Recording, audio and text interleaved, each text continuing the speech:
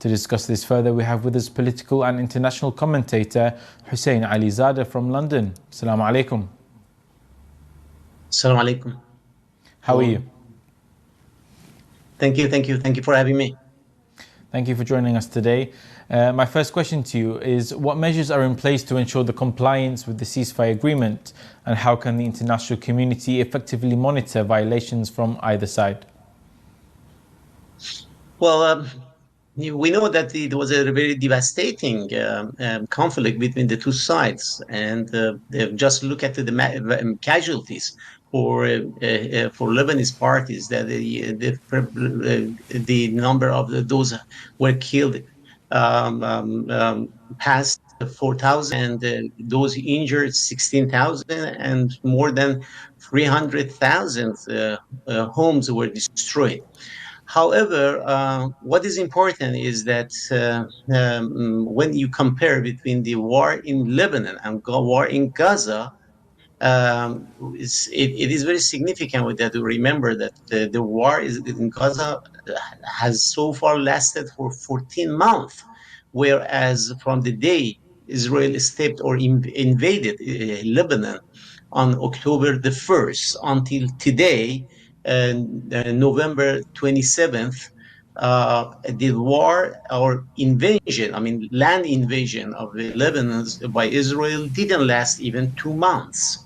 So it gives a sense that Israel couldn't stand or couldn't resist for two fronts, to fight in two fronts. So this is good side that a ceasefire came to enforce. But regarding the question that who will implement this ceasefire and who has to comply with the rules, I have to say that according to the agreement, the four bodies will be active in this case.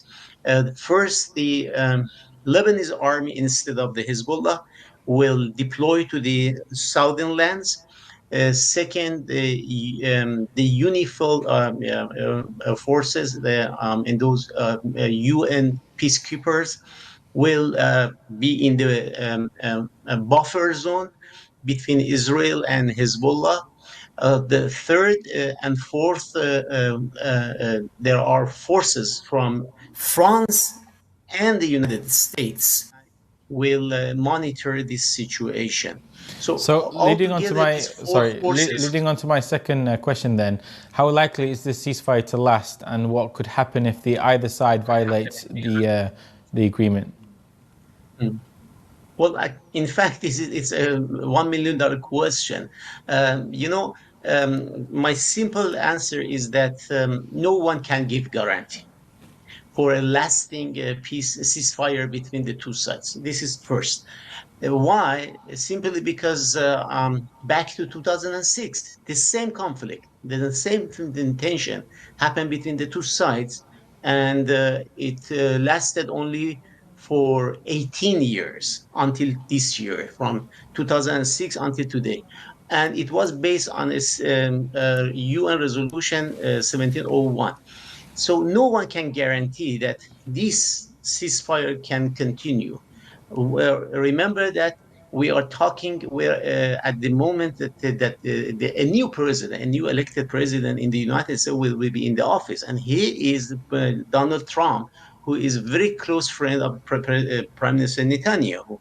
We still don't know how he would act, but as I have said, what is important for me is that even the Prime Minister Netanyahu of Israel accepted not to have a second front for war. So he wants to focus on Gaza, and because of that, he wanted to come to an agreement to finish the invasion in Lebanon.